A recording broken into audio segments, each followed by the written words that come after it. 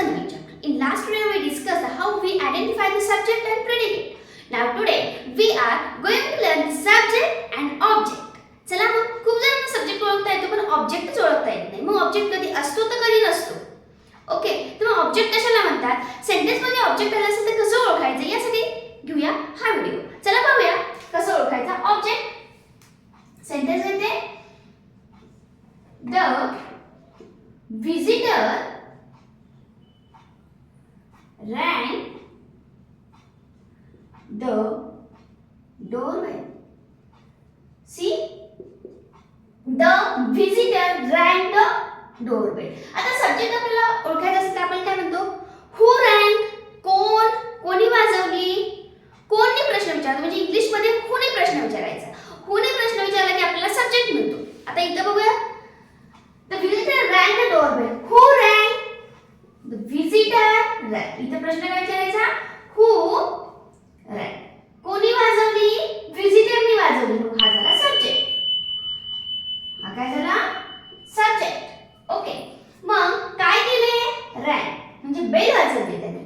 हा झाला वर्ब म्हणजे ऍक्शन वर्ड. हे काय झालं?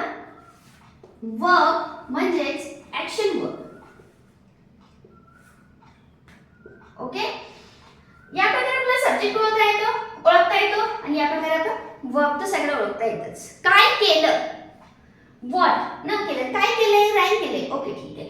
आता आपल्याला ओळखायचा ऑब्जेक्ट. मेन क्वेश्चन हाच आहे की ऑब्जेक्ट कसा ओळखायचा. तर जेव्हा आपल्याला ऑब्जेक्ट ओळखायचा असतो तर त्यावेळेस बघायचं, त्यावेळेस प्रश्न विचारायचा whom-ने. काय प्रश्न विचारायचा? whom-ने प्रश्न विचारायचा किंवा what-ने प्रश्न विचारला की आपल्याला ऑब्जेक्ट भेटतो. ओके, आता या ठिकाणी आपल्याला काय पाहायचंय? ऑब्जेक्ट पाहायचंय. तर डोर बेल आहे, मग whom ने विचारल्यावर क्वेश्चन येईल का? whose म्हणजे आपल्याला इथं ऑब्जेक्ट कसा आयडेंटिफाय करायचं हे पाहायचंय. whom ने विचारायचं का what ने विचारायचं हे पहिले पाहायचं. whom rang असं होईल का? किंवा नेक्स्ट बघायचं what rang. what ने प्रश्न विचारलाय, whom rang असं होणार का? नाही. मग काय? what rang. ओके, काय होणार आहे? what rang. काय वाजले? डोरबेल वाजली. हे झाला ऑब्जेक्ट. मग इथं क्वेश्चन कसा विचारला आपण? what rang. कशाने प्रश्न विचारला? what rang. मग त्याला काय झालं? आपल्याला ऑब्जेक्ट सांगते. अजून एक पहा, हे सांगितलं कोणी केलं त्याला म्हणायचं सब्जेक्ट. काय केलं त्याला म्हणायचं ऑब्जेक्ट. अजून सोप्या भाषेत म्हणलं तर कोणी केलं? सब्जेक्टने केलं. काय केलं त्याला म्हणायचं ऑब्जेक्ट. ओके, अजून नेक्स्ट क्वेश्चन घेऊया. त्यामध्ये अजून तुमचे कन्सेप्ट क्लिअर होतील. मॅक्सिमम असा तुम्ही क्वेश्चन विचारला तुम्हाला येऊन जातं. नेक्स्ट सेंटेन्स घेऊया. The dog caught the thief. Who caught? पहिला विचारलं मी कोणी केलं. who ने प्रश्न विचारला. WHO who. कोणी केलं? डॉगने केलं. हा झाला सब्जेक्ट. काय केलं? कॅच केले किंवा पकडले कोणाला. कोणाला पकडलं? चोराला. ओके, मग हा झाला वर्ब. हे ऍक्शन वर्ड झालं सब्जेक्ट. याच्यामध्ये काय अडचण नाही. आज आपल्याला मेन पाहिजे ऑब्जेक्ट. मगाशी आपण प्रश्न विचारला आता व्हॉट ने. का? तिथे डोर बेल होती. ओके, आता या ठिकाणी निर्जीव थिंग्स नाहीये. या ठिकाणी थिफ म्हणजे एक प्रकारचे चोर आहेत, सजीव गोष्ट आहे. मॅन वुमन कोणतरी असणार तिथं. थिफ आहे, चोर आहे. मग आपल्याला इथं प्रश्न विचारायचा आहे whom. इथं कशाने प्रश्न विचारणार आपण? whom caught. whom caught कोणी किंवा ते काय विचारणार आपण? कोणी पकडले? डॉगने पकडले म्हणजे झाला सब्जेक्ट. ओके, काय केलंय? पकडले. कोणाला पकडलं? कोणाला पकडलं तर थिफला पकडलं. मग इथं काय येणार आहे? हे ऑब्जेक्ट. हा काय झाला? ऑब्जेक्ट. मगाशीचा सेंटेन्स आणि आपण कंपेअर करूया. सेंटेन्स लिहिते मगाशीचा. द विजिटर थोडंसं डिफरंट आहे. rang the doorbell. यामध्ये आपण काय केलं? याला विचारला होता प्रश्न what rang me. Y because of इथे कोणी लिव्हिंग थिंग नव्हतं म्हणून आपण विचारला व्हॉट रँक इन ऑब्जेक्ट मिळाला आपल्याला. ओके, हे झालं वर्ब, हे झाला सब्जेक्ट. आपल्याला पाहिजे ऑब्जेक्ट मॅक्झिमम. कधी ऑब्जेक्ट असतो तर कधी नसतो. आता दोन्ही जर क्वेश्चन तुम्ही सेंटेन्स केल्या आपल्याला समजून येतं. डॉग कॅट द थीफ म्हणजे क्रिया करणारा आहे एक जण आणि क्रिया होते दुसऱ्यावर.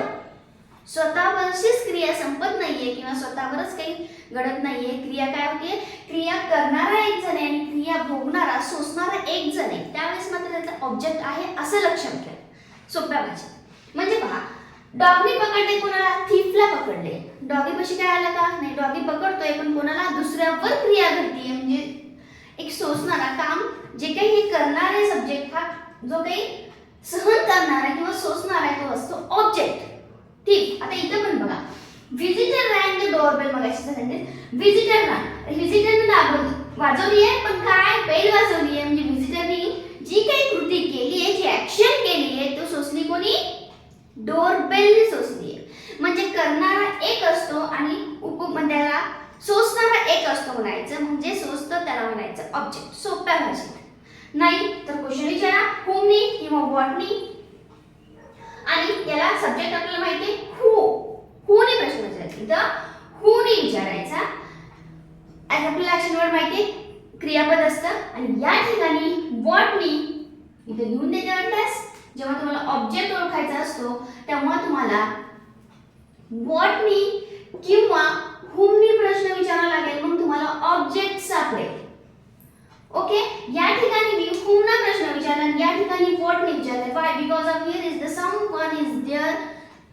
थीफ आहे, चोर आहे, कोणीतरी आहे तिथं. ओके, लिव्हिंग थिंग मध्ये येतात यामुळे मेन वुमन कोणी येते त्याच्यामुळे मी इथे विचारलं हुम कॉट, कोणाला पकडलं, चोराला पकडलं. ओके, आणि या ठिकाणी हे निर्जीव वस्तू आहे म्हणून विचारलं व्हॉट रँक. हुम रँक म्हटलं तरी कोण वाजलं तर बेल वाजली असं म्हणलं तरी तुम्हाला समजून येईल. ओके, आणि व्हॉट रँक केलं तर एक जनरली भाषा असते आपलं काय वाजलं, कोण वाजलं आपण म्हणत नाही. त्याच्यामुळे या ठिकाणी मी व्हॉटनं क्वेश्चन विचारला आणि हुम म्हणजे आपण दोन क्वेश्चन नाही, आपण दोन्ही वर्डनं क्वेश्चन जर विचारले तर आपल्याला मिळतो ऑब्जेक्ट. ओके, आणि मेन हा आजचा व्हिडिओ ऑब्जेक्ट आयडेंटिफिकेशनचाच होता. ओके, नेक्स्ट आपण व्हिडिओ पाहणार त्यामध्ये असे काही सेंटेन्स देणार त्यामध्ये आपण ऑब्जेक्ट क्विक कसा आयडेंटिफाय करायचा ते आपण पाहणार.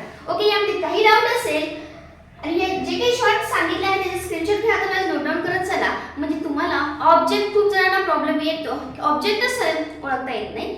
सो याचे डाऊट येते क्लिअर होईल. ओके, व्हिडिओ कसा वाटला कमेंट सांगत चला. तुमचे काय डाऊट असेल ते सुद्धा कमेंटमध्ये सांगत चला. लाईक करून घ्या आणि शेअर आणि सबस्क्राईब करायला मात्र विसरू नका. ओके.